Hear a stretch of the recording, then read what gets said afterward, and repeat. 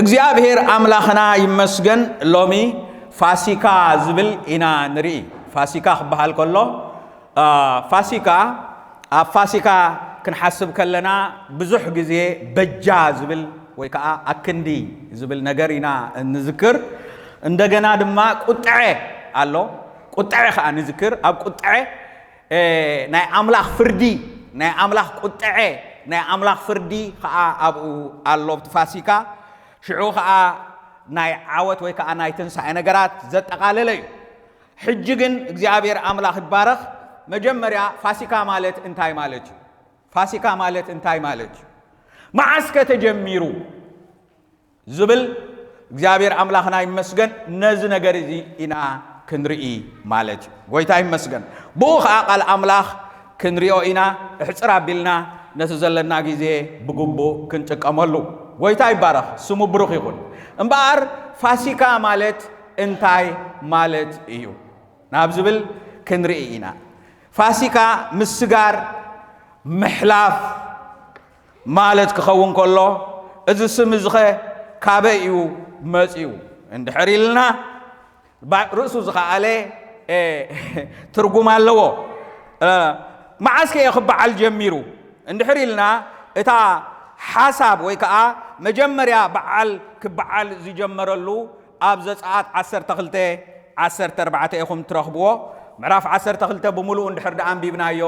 እዛ መዓልቲ እዚኣ ድማ ንመዘከርታ ትኹነልኩም ንእግዚአብሔር ከዓ ተብዕልዋ ሕጊ ዘለዓለም ጌርኩም ንውሉድ ወለዶ ኣብዕልዋ ሕጂ ንመዓስ ኢልዎም ኣብ ሓድሽ ኪዳን ኣይኮነን ኢሉ ናይ ብሉይ ኪዳን ኢና ንርኢ ዘለና ኣብ ብሉይ ኪዳን ግን እንታይ ይብል ኣሎ እዛ መዓልቲ እዚኣ ይብል ኣሎ ንመዘከርታ ትኹነልኩም ከተብዕልዋ ከለኹም ከዓ ሕጊ ዘለዓለም ጌርኩም ንመዓስ ንሓፃር ግዜ ከይኮነ ንሕጊ ዘለዓለም ጌርኩም እንታይ ግበርዋ ኣብዕልዋ ኢሉ ንእስራኤላውያን እግዚአብሔር አምላኽ ሂብዎም እዛ ትእዛዝ እዚኣ ብድሕሪኡ እዛ ትእዛዝ እዚኣ ምስ ሃቦም ማለት እዩ ምስ ምንታይ እያ ትተሓሓዝ እንድሕር ኢልና ምስ ጎይታ ኢየሱስ ክርስቶስ እያ ትተሓሓዝ ነገር ግን ቅድሚ ናብቲ ትምህርቲ ምኻደይ ቁሩብ ብዛዕባ ዘፀአት ምዕራፍ 12 ከንብብ እግዚአብሔር አምላኽ ይባረኽ እግዚአብሔር ድማ ንሙሴን ንኣሮንን ኣብ ምድሪ ግብፂ ከምዚ ኢሉ ተዛረቦም እዛ ወርሒ እዚኣ ንዓኻትኩም መጀመርታ ኣዋርሕ ትኹን ንሳ መጀመርታ ኣዋርሕ ዓመት ትኹነልኩም ንኹሉ ኣኼባ እስራኤል ከምዚ ኢልኩም ተዛረቡ ኣብዛ ወርሒ እዚኣ ብዓስረይቲ መዓልቲ ነፍሲ ወከፍ ንቤት ኣቦ ሓደ ገንሸል ነንቤት ገንሸል ይውሰድ እቶም ስድራ ቤት ሓደ ገንሸል ዝውሕዱ እንተኾይኖም ከዓ ንሱ እቲ ንቤቱ ዝቐረበ ጎረቤቱ ብቁፅሪ ነፍሳት ሓደ ይውሰድ ነፍሲ ወከፍ ከከም ዝበልዕ መጠን ኣብቲ ገንሸል ቁፀሩ ዓመት ዝገበረ ጎደሎ ዘይብሉ ተባዕታይ ገንሸል ይኹነልኩም ኢልዎ ሕጂ ክትበልዕዎ ከለኹም ከ እንታይ ጌርኩምኹም ትበልዕዎ እንድሕር ኢሉ ሳእንኹም ጌርኩም ሕቆኹም ተዓጢቁም ተዳሊኹም ሬዲ ኾንኩም ንምንታይ ክንወፅእ ኢና ካብ ግብፂ ክንወፅእ ኢና እግዚአብሔር ኪዳን ገይሩ እዩ ኢልኩም ተዳሊኹም ኢኹም ትበልዕዎ ኢሉ ኣብ ብሉይ ኪዳን እዩ እግዚአብሔር መጀመርያ ፋሲካ ዝብል ነገር ዝጀመሮ ስለዚ ናይ ብሉይ ኪዳን ፋሲካ ኣሎ ናይ ሓድሽ ኪዳን ፋሲካ ኣሎ ናይ ብሉይ ኪዳን ፋሲካ እንታይ እንድሕር ኢልና ጽላሎት ነቲ ናይ ሓድሽ ኪዳን እዩ ማለት እዩ እቲ ጽላሎት እንታይ እዩ እንድሕር ዳ ኢልና ናይ ክርስቶስ ኢየሱስ ዘርኢ እዩ ማለት እዩ እግዚአብሔር አምላኽና ዝተመስገነ ይኹን ቀጽሊ ጎይታ ይባረኽ ፋሲካ ኢየሱስ ክርስቶስ ካብ ምውታት ዝተንሳኣሉ እንዝክሮ በዓል እዩ በአንጻሩ እንታይ ኢና ንርኢ ዘለና ኣብ ሓድሽ ኪዳን ከዓ ኣብ ሓድሽ ኪዳን ፋሲካ ክርስቶስ ካብ ምውታት ዝተንሳኣሉ እንዝክሮ እዩ ስለዚ ሽሙ ከዓ ፋሲካ ዝብል ቃል መንቀሊኡ በአረማይክ ፓሳኻ ብግሪክ ጳስቃ ብኢብራይስጥ ፓሳኽ ይበሃል ሕጂ እታ ፓሳኽ ትብል ቃል እያ ንሕና ድሕሪ ነዊሕ ግዜ እታ ፓሳኽ እንዳተቐየረት ናብ ምንታይ ተቐይራ ማለት እዩ ፋሲካ ካብ ፋሲካ ኻ ፋሲካ ጸኒሓውን ኣፋስጋ እንዳኾነ ትመጽኣላ ማለት እዩ ስለዚ እታ ክትጅምር ከላ ግን እታ ቃል ካብ ዕብራይስጥ ክትመጽእ ከላ እንታይ ትብል ቃል እያ መጽያ ፓሳኽ ይበሃል ስለዚ ፓሳኽ እዩ ፋሲካ ትርጉሙ ፓሳኽ እዩ ክንብል ከለና እንታይ ማለት እዩ ክንብል ከለና ክንሪኦ ኢና ንቐጽል ሕጂታ ፓሳኽ ክንሪኣ ከለና እንታይ ትርጉም መጽሓፍ ቅዱስ ኣብ ዘጸአት 12:23 እግዚአብሔር ንግብፃውያን ክወቅዕ ክሓልፍ እዩ ይብል እግዚአብሔር ኣምላኽና ይመስገን ሕጂ ክወቅዕ ክሓልፍ እዩ እሞ ነቲ ደም ኣብ ልዕሊ ልዳትን ኣብ ክልቲኡ ቋሚ ልዳትን ምስ ረኣየ እግዚአብሔር ነታ ደገ ክሓልፋ እዩ ነቲ ዘጥፍእ ድማ ናብ ቤትኩም ኣትዩ ክወቅዓኩም ኣይሓድጎን ነቲ ዘጥፍእ ነቲ ተቆጢዑ ዝወፀ መልኣኽ ነቲ ብቆጣዓ ዝወፀ መልኣኽ እንታይ ክገብር ኣይሓድገኩምን እዩ ናብ ቤትኩም ኣትዩ እንታይ ኣይገብርን እዩ ኣይጥፍእን እዩ በኽሪ ወድኹም ኣይወቅዓልኩምን እዩ ሞት ናብ ቤትኩም ኣይኣቱን እዩ ሓዘን ናብ ቤትኩም ኣይኣቱን እዩ እንታይ ግን ግበሩ ኢልዎም ደም ልኸይዎ እቲ ገንሸል ምስ ሓረድኩም ነቲ ገንሸል ከዓ ብላዕልን ብታሕትን ልዳትኩም ናይ ደም ምልክት ግበሩሉ ናይ ደም ምልክት እንድሕር ኣለዎ ኮይኑ እቲ መልኣኽ እቲ ብቁጣዓ ዝወፀ መልኣኽ እቲ ክቐዝፍ ዝመፀ መልኣኽ እቲ ክቐትል ዝመፀ መልኣኽ ንዕኡ ምስ ረኣየ ሓሊፍዎ ክኸይድ እዩ ቁጥዑ ኣብኡ እንታይ ኣይገብርን እዩ ኣይውርድን እቲ ነድሩ ኣብኡ ኣይውርድን እዩ እግዚአብሔር ብቁጥዐ ብነድሪ ክመፅእ ከሎ ነቲ ነገር እቲ ይሓልፎ ማለት እዩ ቀጽል እግዚአብሔር ኣምላኽና ዝተመስገነ ይኹን ፋሲካ ብሉይ ኪዳን ክርስቶስ ሌና ክንዳና በጃ ዝኾነሉ ጽላሎት እዩ በጃ ጽላሎት ማለት እንታይ እዩ እቲ ቀንዲ ሓሳብ ኢየሱስ ክርስቶስ ምእንታና ሙማቱ ምእንታና ገንሸል ምዃኑ እዩ ንዑ ኸሪኢ ግን እግዚአብሔር ኣቐዲሙ እንታይ ይገብር ነይሩ ጽላሎት ዝኾነ ነገር ከርኢ ከሎ ገንሸል ሕረዱ ኢልዎ ሕጂ እቲ ገንሸል ናይ ምንታይ ኣብነት እዩ እንድሕር ኢልና ኢየሱስ ክርስቶስ ንዓና ከም ዘድሕነና ሓደ ጽላሎት ስለ ዝኾነ ክንሪኦ ኢና ቀጽል ፋሲካ ክርስቶስ ኣብ ክንዳና በጃ ናይ ምዃኑ ተምሳሌ ኣብቲ ስእሊ ከም ትርእይዎ በጊዕ ኣላ ገንሸል ኢየሱስ ክርስቶስ ኣሎ ስለዚ ክልቲኦም ናይ ክልተ ጽላሎት ምልክታት እዮም እቲ ቀዳማይ ኣብ ዘጸአት 12 ካብ 5-7 ዘሎ ናይ ብሉይ ኪዳን ኣብነት እዩ ዓመት ዝገበረ ጎደሎ ዘይብሉ ተባዕታይ ገንሸል ይኹነልኩም ካብ ኣባጊዕ ወይን ካብ ጣል ውሰዱ ኣብዛ ወርሒ እዚኣ ክሳዕ መበል 14 መዓልቲ ሓልውዎ ሽዑ ኩሉ እቲ እኩብ ማሕበር እስራኤል ክመስ ከሎ ይሕረዶ ኣብቲ ዝበልዓ ቤት ድማ ካብቲ ደሙ ወሲዶም ንኽልቲ ቋሚ ልዳት ነቲ ላዕላይ ልዳት ይልከይዎ ሕጅረይኹም እቲ ገንሸል ተባሂሉ ኢየሱስ ክርስቶስ ከእንታይ እዩ እንድሕር ኢልና ከዓ ኣብ ሓድሽ ኪዳን እንታይ እዩ ዝብል ኣብ ዮሐንስ ወንጌል ንጽባሒቱ ዮሐንስ ንኢየሱስ ናብኡ ክመጽእ ከሎ ረኣዮ እሞ እነሆ ኃጢአት ዓለም ዘርሕቕ ገንሸል ኣምላኽ እንታይ ተባሂሉ ገንሸል ኣምላኽ ኢየሱስ ክርስቶስ እንታይ እዩ ገንሸል ኣምላኽ እዩ ኢየሱስ ክርስቶስ ገንሸል እዩ ገንሸል ዝተባህለሉ ስለምንታይ እዩ ምንታይን ምንታኻትኩምን ደሙ ፍሲሱ ካብቲ ዝመጽእ ዘሎ ናይ ዓለም ቁጣዓ ካብቲ ናይ ዘለዓለም ጥፍኣት ካብቲ ክመጽእ ዘለዎ ናይ ቁጣዓ ዓለም ከድሕነና ስለ ዝፈተወ ስለዚ ንምንታይ ዘርኢ እንድሕር ኢልና እዚኣቶም ኩሎም መርኣያ እዮም ናይ ምንታይ መርኣያ ነቲ ክመጽእ ዘለዎ ነገር ዘርኢ እዩ ማለት እዩ እግዚአብሔር ኣምላኽና ዝተመስገነ ይኹን ክንቅጽል ኢና ኣብ ዘፍጥረት እዩ ዝጅምር ዝገርመኩም ኣብ ብሉይ ኪዳን ጥራሕ ኣይኮነን ኣብ ኤደን ገነት እግዚአብሔር ኣምላኽ ኣዳምን ሔዋንን ብኃጢአት ምስ ወደቑ እንታይ እዩ ገይሮም እንድሕር ደኣኢልና ኣብ ዘፍጥረት ምዕራፍ 3 እግዚአብሔር ኣምላኽ ድማ ንኣዳምን ንሰበይቱን ደበሎ ገይሩ እንታይ ገበሮም ከደኖም እግዚአብሔር ኣምላኽ ባረኽ ከደኖም በሉ ከደኖም ዝገርም ጸጋ እዩ ዝገርም ምሕረት እዩ ምኽንያቱም ኣዳምን ሔዋንን ጸጋ ምስ ተገፉ ጥራዮም ምዃኑ ምስ ፈለጡ ኣብ ውሽጦም ዝኣተዎም ነገር እንታይ እዩ እንድሕር ኢልኩምኒ ሕፍረት እዩ ኣትዩ ኃጢአት የሕፍር እዩ ኃጢአት ዝሕፍር ነገር ስለ ዝኾነ ስለዚ ሕፍረት ምስ ኣተዎ ኣብ ውሽጦም ግን እግዚአብሔር ደበሎ ከምጽእ ከሎ ቆርበት ከምጽእ ከሎ እንታይ ዝተሓርደሎ ማለት እዩ ገንሸል ዝተሓርደሎ ማለት እዩ እግዚአብሔር አምላኽ ይባረኽ ነቲ ገንሸል ሓሪዱ ቆርበት ገፊፎ ኣውፂኻ እንታይ ኸዲንዎም ደበሎ ኸዲንዎም ካብኡ ጀሚሩ እግዚአብሔር ንዓይን ንዓኻትኩምን ንወዲ ኣዳም ጠሚትዎ ንወዲ ኣዳም ርእይዎ ብክርስቶስ ኢየሱስ ደሙ ተኸፊሉ ክድሕን ምዃኑ ሕፍረቱ ክሽፈን ምዃኑ ብጸጋ ክሽፈን ምዃኑ ኣምላኽ ከድሕኖ ከም ዝፈተወ ገና ካብ መጀመርታ ገና ካብ ዓንተቦ ፕላን ገይሩ እግዚአብሔር ርእዩ ጠሚቱ ስለዚ ኣበይና ንርኢ ኣብ ኤደን ገነት ገንሸል ክሕረድ ከሎ ንርኢ እንደገና ብሉይ ኪዳን ኣብ ዘጸአት እንታይ ክሕረድ ከሎ ንርኢ ገንሸል ክሕረድ ከሎ ንርኢ እቲ ደም ብዘይ ደም ስርየት የለን እሞ እግዚአብሔር ኣምላኽ ንወዲ ሰብ ከድሕነሉ ዝኽእል መንገዲ ሓደን እንኮን መንገዲ ዝኾነ ከግዳሉ ከሎ ኢና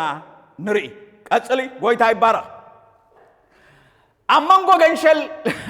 ብሉይ ኪዳንን ገንሸል ሓድሽ ኪዳንን ዘሎ ነገር ፍልል ክንርኢ ኢና እንታይ እዩ ትፍልሊ ኣብ መንጎ ዞም ክልተ ዘሎ ናይ ብሉይ ኪዳን ገንሸል ብሉይ ኪዳን ንዘለዓለም ኣየድሕንን እዩ እቲ ገንሸል ሎሚ ይሕረድ ጽባሕ ከዓ ይሕረድ ድሕሪ ጽባሕ ይሕረድ ኩሉ ግዜ ንስሓ ክንኣቱ ተንኸውን ከም ብሉይ ኪዳን ተዝኸውን ዕለት ዕለት እንታይ ክነምፅእ ነይሩና ገንሸል ክነምፅእ ነይሩና ማለት እዩ ገንሸል ከዓ ኢኮኖሚ ዝሓትት እዩ ብናይ ገንዘብ ክትገዝኦ ብናይ ነገር ክንወጾ ናይ ብሉይ ኪዳን ደም ገንሸል ሓድሽ ኪዳን ግን ንዘለዓለም እንታይ ይገብር የድሕን ሃሌሉያ ስለዚ እቲ ደሙ ሕጂ እውን ህያው እዩ እቲ ደሙ ሎሚ እውን ህያው እዩ ንዓኻ ካብ ሓጢኣት ኣንፂሁ ደው ከብለካ ኣብ ቅድሚ እግዚአብሔር ከቕርበካ ናብ ቅዱሰ ቅዱሳን ከእትወካ ሙሉእ ክእለት ሙሉእ ተኽእሎ ዘለዎ እዩ ደም ኢየሱስ ክርስቶስ ገንሸል ብሉይ ኪዳን ካብ ገዛውቲ እዩ ዝመፀ ድለይ እስኪ ዓድጉ ኢልካ ወይ ካብ ዕዳጋ ወይ ካብ ዕዳጋ ተደልዩ ዝመፅእ ገንሸል ናይ ብሉይ ኪዳን ገንሸል ሓድሽ ኪዳን ግን ሃሌሉያ ካብ ሰማይ እዩ ዝመፀ ካብ ሰማይ እዩ ዝመፀ ስለዚ ኢየሱስ ክርስቶስ እቲ ቃል ስጋ ኾነ ጸጋን ሓቅን መሊእዎ ከዓ ኣባና ሓደረ ስለዚ ጎይታ ኢየሱስ ክርስቶስ ስጋ ለቢሱ ናብዛ ምድሪ እዚኣ መፂኡ ምንታ ሓጢኣትና መሪቱ ገንሸል ፋሲካና ኢየሱስ ክርስቶስ ደሙ ፍሲሱ ማለት እዩ ስለዚ እዚ እዩ ጎይታ ይባረኽ እንቅጽል ኢና እግዚአብሔር ኣምላኽ ይመስገን ገንሸል ብሉይ ኪዳን ተሓሪዱ እንታይ ዝኾነ እዩ ዝሞተ እዩ እቲ ገንሸል እንታይ ኣይኮነን ኣይሞት ሞይት እዩ ናይ ዘለዓለም ኪዳን ናይ ዘለዓለም ዝሞተ እዩ እቲ ናይ ብሉይ ናይ ሓድሽ ኪዳን ግን ንዘለዓለም እንታይ ዝገብር እዩ ዘድሕን እግዚአብሔር ኣምላኽ ይባረኽ እቲ ዝሞተ እዩ እቲ ድማ ንዘለዓለም ዘድሕን እዩ እቲ ሞይት እዩ እቲ ከዓ ህያው ኮይኑ እዩ እግዚአብሔር ኣምላኽ ይባረኽ ገንሸል ብሉይ ኪዳን እቲ ደም ካህን እዩ ናብ ታቦት ዘእትዎ ገንሸል ሓድሽ ኪዳን ግን ናይ ገዛእ ደም ርእሱ መን እዩ ዘእትዎ ባዕሉ እግዚአብሔር ኣምላኽ ይባረኽ እቲ ካህን ገንሸል ናይ ደም ናይቲ ገንሸል ሒዙ እቲ ካህን እዩ ናብቲ ቅዱሰ ቅዱሳን ናብቲ ታቦት ዘእትዎ ዝነበረ ኣብ ብሉይ ኪዳን ኣብ ሓድሽ ኪዳን ግን እንታይ ኢልና ደም ገዛእ ናይ ገዛእ ርእሱ ደም ሒዙ ናብ ቅዱሰ ቅዱሳን ናብ ኣምላኽ ዘቕረበና ጎይታ ኢየሱስ ክርስቶስ እዩ ስለዚ ጎይታ ኢየሱስ ክርስቶስ መይቱ ዝተረፈ ይኮነን ሕያው ዝኾነ እዩ እንደገና ድማ ደም ገዛእ ርእሱ ሒዙ ናብቲ ቅዱሰ ቅዱሳን ዝኣተወ እዩ ቀጥሊ ጎይታ ይባረኽ እምበኣር ወንጌል ዮሃንስ 3:16-17 እንታይ ይብለና እቲ ትኽክለኛ ናይ መጽሓፍ ቅዱስና ዓሚቕ ሓሳብ ዘለዎ ዋና ነገር ነዚኡ ዝነግረና እንታይ ይብል ኣምላኽ በቲ ሓደ ወዱ ዝኣመነ ኩሉ ናይ ዘለዓለም ህይወት ምእንቲ ክረክብ እምበር ከይጠፍእሲ ንወዱ እንታይ ስጋዕ ዝህብ በጃ እግዚአብሔር ኣምላኽ ይባረኽ በጃ ክሳዕ ዝህብ ክሳዕ ክንድዚ ንዓለም ኣፍቀራ ሕጂ ኣብኡ ንሪኦ 17 እንታይ እዩ ዝብለና ኣምላኽ ንወዱ ዓለም ብኡ ክትድሕን እምበር ንዓለም ክፈርዳ ኣይለኣኾን ምስ በለ ብኡ ዝኣምን እንታይ ይግበሮን እዩ ኣይፍረዶን እዩ ደም ምልክት ስለ ዘለዎ እቲ ፍርዲ ኣብ ልዕሊኡ እንታይ አይገብርን እዩ ኣይሰርሕን እዩ ኣይከውንን እዩ ምክንያቱም ብኡ ድሒኑሎ ሕጂ እምበኣር እሱ ጽላሎት ኢና ርኢና ግን ሓደ መዓልቲ መወዳእታ ዘመን ክኸውን እዩ ፍርዲ ክመጽእ እዩ ኢየሱስ ክርስቶስ ክምለስ እዩ እቲ ሓቀኛ ነገር ክረአዩ እቲ ጽላሎት ኣይኮነን ዝመጽእ እቲ ሓቂ ነገር ምስ መጽአ እቶም ብደም ኢየሱስ ክርስቶስ ዝድሓኑ ንኢየሱስ ክርስቶስ ዝኣመኑ ንዓቶም ግን ኣይፍረዶምን እዩ ስለዚ ካብ ፍርዲ ነፃ ይኾኑ ንቐጽል ጎይታ ይባረኽ እግዚአብሔር ኣምላኽና ዝተመስገነ ይሁን እንታይ ይብለና ወንጌል ዮሐንስ 3:36 ብወዲ ዝኣምን ናይ ዘለዓለም ህይወት ኣላቶ እቲ ብወዲ ዘይኣምን ግና ቁጣ ኣምላኽ ደኣ ኣብኡ ይነብር እምበር እንታይ ይርአኒ ንህይወት ኣይርአኒ ሕጂ እንታይ ኢና ዝርኢ ዘለና እቲ መልኣኽ ብቁጣ ይመጽእ ቁጣ ሒዙ ይመጽእ ቁጣ ፍርዲ ሒዙ ይመጽእ ሕጂ እውን እንታይ ዝብለና ዘሎ ንኢየሱስ ክርስቶስ ዝኣመነ ድማ እቲ ቁጣ ኣምላኽ ደኣ እንታይ ዝብለና ዘሎ ህይወት ኣላቶ እቲ ወዲ ዘይኣምን ገኣ ኣምላኽ ደኣ ኣብኡ ይነብር እምበር ንህይወት ኣይክርአኒ ስለዚ ሮሜውን ምስኡ ረጋጊጹ እንታይ ይብለና እምበኣርሲ ሕጂ ብደሙ ምጸደቕና ደኣ ሃሌሉያ ብምንታይ ምጸደቕና ብደሙ ምጸደቕና ደኣ ክንደይ ካብቲ ቁጣ ብኡኡ ኣዚና ዘይንድሕን ሃሌሉያ ምክንያቱም ዓለም ክትፍረድ እያ ፍርዲ ክመጽእ እዩ ፍርዲ ክመጽእ ከሎ ግን እቶም ብኢየሱስ ክርስቶስ ኢየሱስ ዘለዉ ግን ካብቲ ፍርዲ ነፃ ምዃኖም ከም ዝድሓኑ ብኡ ዝኣምን ኣይፍረዶን ክብለና ከሎ ካብ ምንታይ ማለት እዩ ካብቲ ቁጣዐ ሕጂ ናይ ብሉይ ኪዳንን ናይ ሓድሽ ኪዳንን ክንርኢ ከለና ዘሪአና ነገር እቲ ናይ መወዳእታ ዘመን ዝኸውን ነገር እዩ ኣብኡ ትሽዑ ግዜ እኮ ደም ከይገበሩ ሸለል ዝበሉ ኣይሁድ ነይሮም እዮም ተረዲኹምኒ እንታይ ይበሃል ኣሎ ዝስኢልካ 10 ግዜ ዝብልዎ እንታይ እዩ ኢሎም ደም ልኸዩ እንዳተባሃሉ ገንሸል ሕረዱ እንዳተባሃሉ እንታይ ይገበሩን ዘይሓረዱ ኣለዉ ነይሮም እዮም መቕሰፍቲ ኣትዩ ኣተወን ኣትዩ ሕጂ እንታይ ዘድሕነካ እንድሕር ኢልካ ምዃንካ እዩ ደም ኢየሱስ ክርስቶስ ኣብ ልዕለኻ እንድሕር ዳ ኣሎ ስም ኢየሱስ ክርስቶስ ኣብ ልዕለኻ እንድሕር ዳ ኣሎ ኮይኑ ኣይፍረደካን እዩ እዚ ኢና እንርኢ ንቐጽል ወንጌል ዮሐንስ 5:39 ናይ ዘለዓለም ህይወት በተን ጽሑፋት እትረኽቡ እናመሰለኩምሲ ትምርምርዎን ኣለኹም ንሳተን ከዓ ብዛዕባ እየን እንታይ ዝገብራ ኢሉ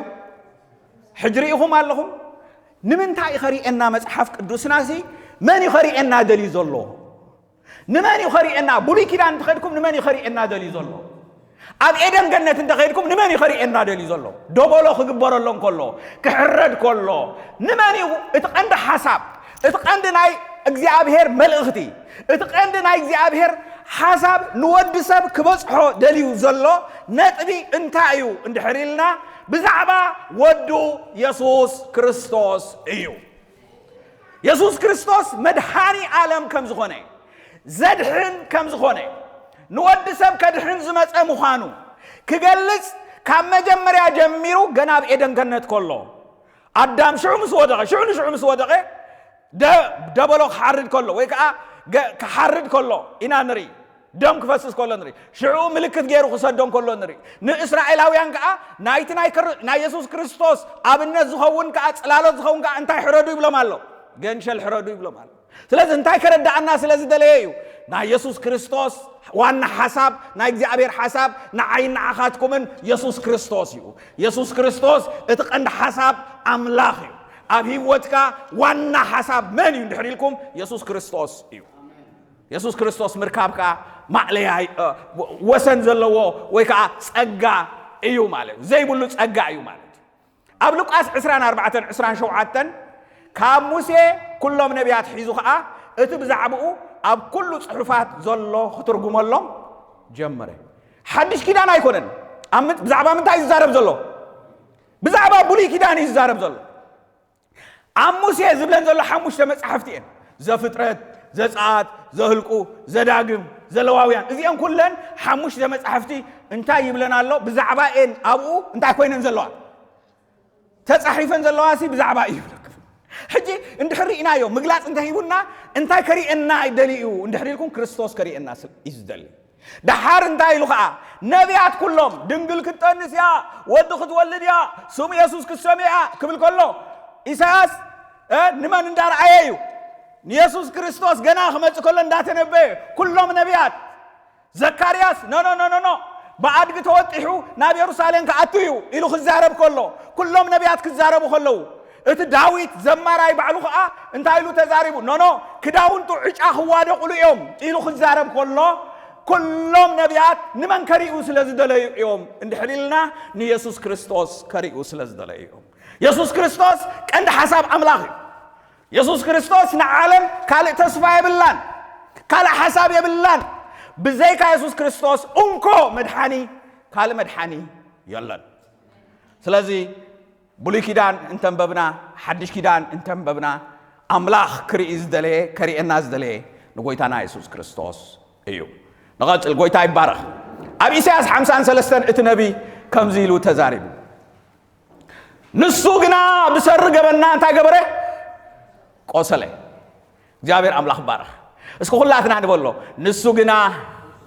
بسر غبنا قوسله بسر አበሳና ድማ ተከትከተ نحنا سلام انت خنركب مقصعتنا ابو ورده نحناون بسمبرات وحونا كلاتنا خمباقيع تباررنا نفس وكفنا بمنقدو زنبله እግዚአብሔር ከአ አበሳ ሁላትና አቡ አውዶ ሃሌሉያ ዝገርም ዓወት ፋሲካ ከም ዝክር ከለና እዚዩ ናተይናታትኩምን አበሳ ዝነበረ ኃጢአት በሙሉ አመን ወዲቁ አብ ኢየሱስ ክርስቶስ ተሰኪሙ እንታይ ኮይኑ ካደሐር ተሐሪዱ ደሙ ፍሲሱ መይቱ مقطعتنا ابو وريدو انا نسخان كن قصع زغبانا نسو تقصيعو انا نسخان كن موت زغبانا نسو ميتو سلازي ات كل واغا زخفله نمنتايو اندحريلنا نعانا اكندانا منتانا كبل يسوع كريستوس هيوتو خفيلو سلازي نولد ولدو مذكر تاغبروم كبل كله نا ايهود اسو يكونن اتقند حساب يسوع كريستوس كرئي صلالوت سلازخوناي كنقصلينا እግዚአብሔር አምላክ ባረክ ወይታ ኢየሱስ ተበጀውና ከመይ ከም ነብር ከአ ምስተበጀውና ከመይ ከም ነብር ከአ መጽሐፍ ቅዱስና ዕርዩ ዝነግረና حراي ተበጂው ካሎ ድሒን ካለኻ ብድሕሩኸ ከመይ ኢኻ ክትነብር ኢሉ ምስ ፋሲካ ተሓሒዙ ከአ ጳውሎስ ተዛሪቡና ኣሎ እንታይ ኢሉ ተዛሪቡና ኣብ ቀዳማይ ቆሮንቶስ 5:7-8 ገንሸል ፋሲካና ማለት ክርስቶስ ተሰዊኡ እዩሞ ከምቲ ዘይምጹጻት ዝኾንኩም حدش بحق ما انت ختكونو نتا ارغيت ماي بحق او اصريخم انتي غبرو او صوو سلازي بناي غرهنتن حقن بزي مصص انغيرا بعل نبعل انبر بتا ارغيت ماي بحق ويس بماي بحق كاين حسابن ايكونن حج انتي لنا زلو غنشل فاسيكانا كريستوس انتي كوين لايو تحريدلنا ተዋሂቡና ኢሉ ብዛዕባ ፋሲካ ይዝገልጽ ኣሎ ፋሲካ ኢሉ ኢየሱስ ክርስቶስ አክንዳና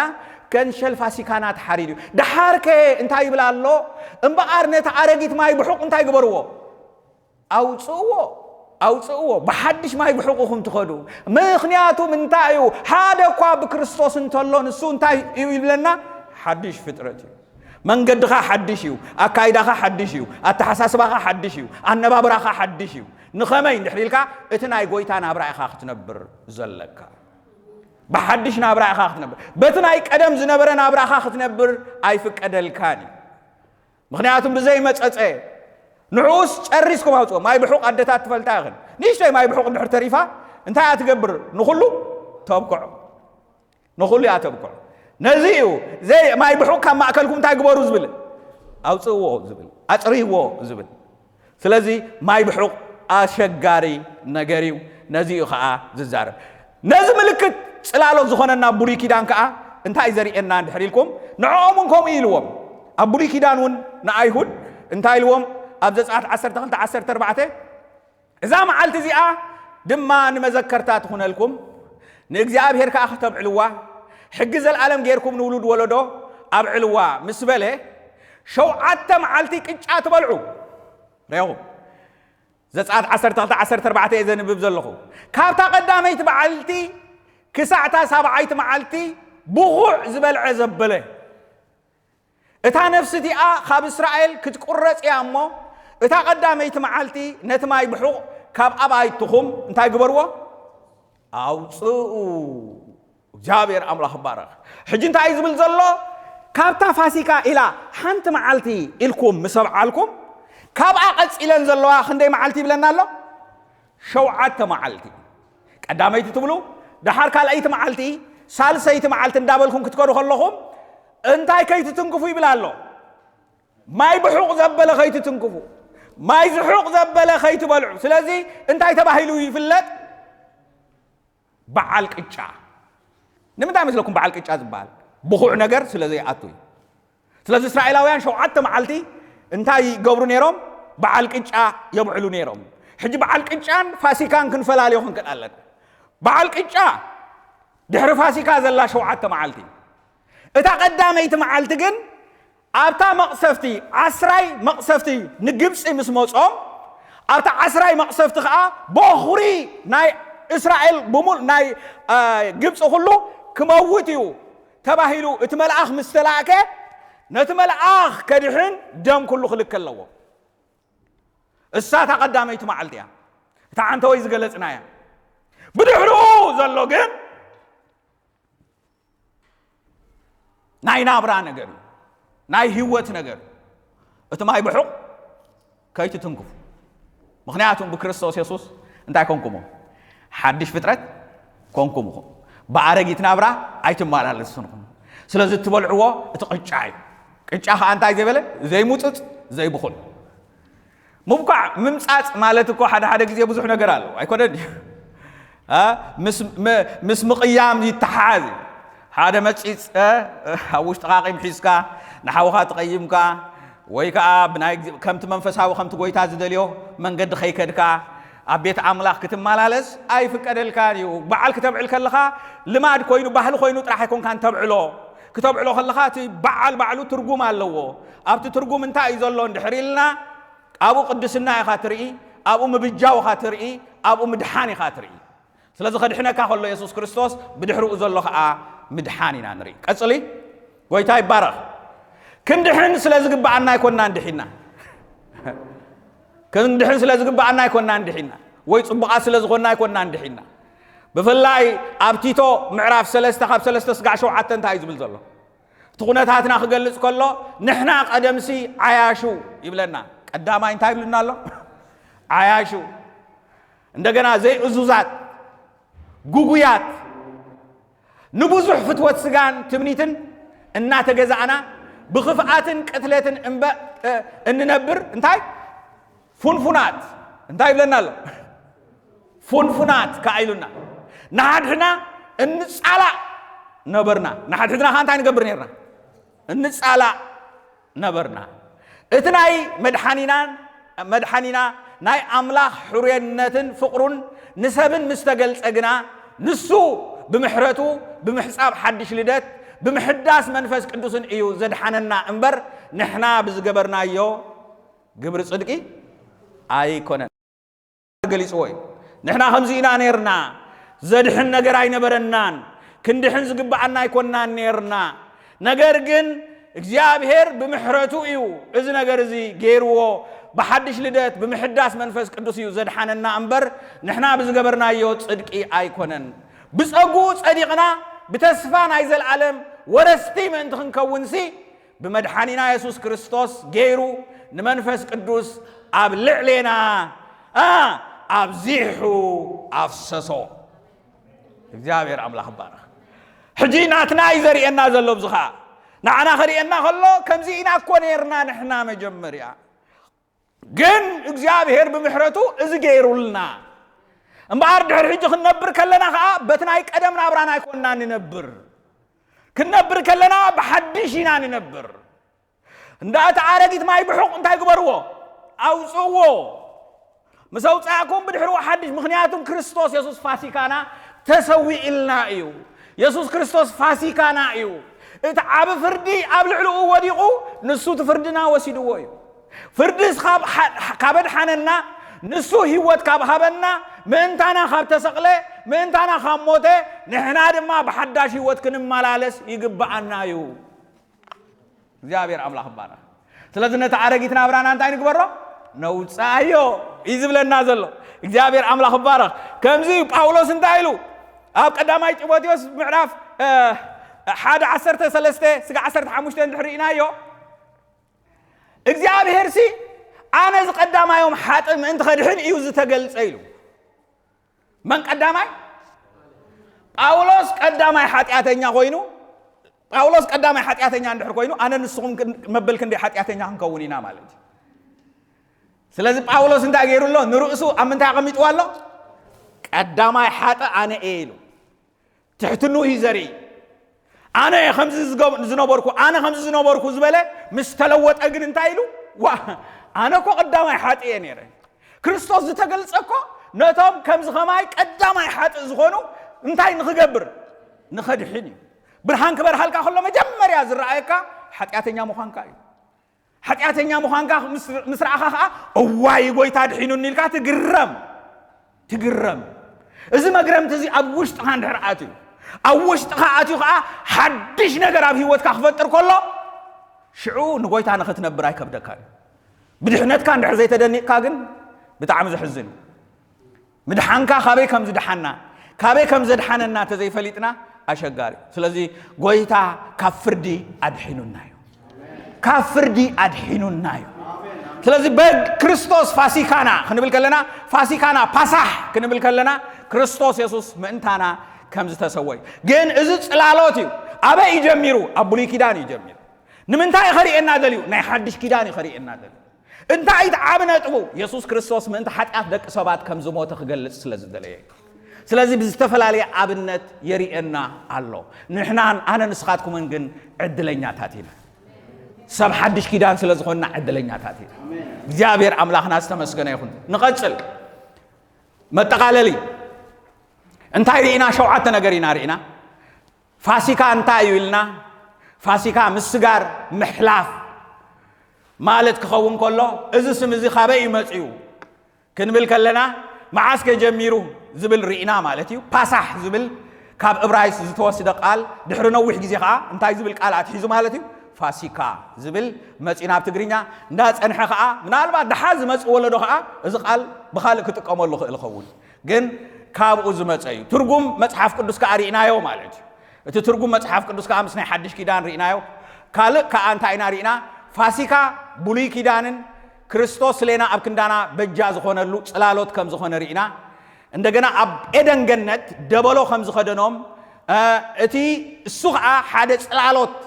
ጸጋ ኣምላኽ ኣብነት ከም ዝኾነ ሪኢና እንደገና ኣብ ሻድሻይ ድማ ጎይታ ምስ ተበጀወና ከመይ ክንነብር መጽሓፍ ቅዱስ ይነግረና ከም ዝኾነ ከመይ ከም ዝኾነ ነጊሩና ማለት እዩ ክንድሕን ዝግባአና ስለ ዝኾንና ይኮናን እንታይ ኢልና ድሒና ኢልና እዘን ሸውዓተ ነጥብታት ሪኢና እግዚአብሔር ኣምላኽ ይባርኽ ስለዚ ጽሙቕ ኣቢላ ኢለን ቀሪበን ኣለዋ ስለዚ ፋሲካ ክንሓስብ ከለና በዓል ጥራሕ ኮይኑ ክንሓስብ የብልና በዓል ስለ ዝኾነ ጻዕዳ ክዳን ተኸዲና ርሑሳው ዳኣመት ጥራሕ ኣይኮነን ፋሲካ መዓስ ጀሚሩ ከመይ እዩ ትርጉሙ ንምንታይ እዩ ኮይኑ ኢልና እቲ ትርጉም ብትኽክል ተረዲኡና ክብሪ ክንህብ እንድሕር ኮይና ብድሕነትና ክንድነቕ ይግባአና ማለት እዩ እግዚአብሔር ይባርክኩም ጸጉ ይብዝሓልኩም ንጸልይ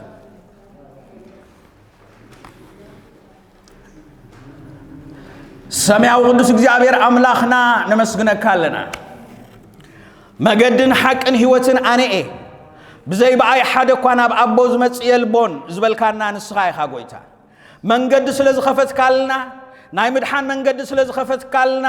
ብደም ወድኻ ኢየሱስ ክርስቶስ ብሞት ወድኻ ስለ ዝተዓረቕካና እግዚአብሔር ኣምላኸ ኣባና ክወድቕ ዝግብኦ ቁጥዐ እግዚአብሔር ኣምላኸ ምሕረት ክንረክብ ስለ ዝገበርካና ነመስግነካ ኣለና ጎይታ ተመስገን ባኻ ትብዓት ረኺብና እቲ ሞት ተኸልኪሉ ኢየሱስ ክርስቶስ ሞት ስዒርካ ስለ ዝተንሳእካ ክብሪ ኩሉ ንዓኻ ይኹን ኢየሱስና ተንሲእካ ኢኻ ዓወት ሂብካና ኢኻ ስለዚ ዓወት እዚ ነመስግነካ ኣለና እነሆ ብዙሓት ካብ ሞት ተሲኦም እዮም ኣልዓዛር መይቱ ተሲኡ ተመሊሱ ግን መይቱ እዩ ንስኻ ግን ንሓንሳእን ንዘለዓለምን ሕያው ኮንካ ተሲእካ ኢኻ ንሕና ድማ ሕያዋን ኮይንና ክንጅስእ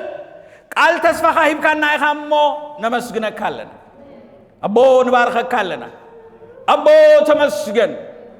ስለ ሕያው ቃልካ ተመስገን سلا مسقل كريستوس سلا زفسس دم تمسجن سلا دحنتنا تمسجن سلا زغزي زي تمسجن بون بارخك لنا بينها املاخها بينها صادقها محرت زغبركا غويتا تمسجن انه دما اتمكر ابو ديكا خامو كبر كل نسخاو سدو بسم تفكرون يسوع كريستوس امين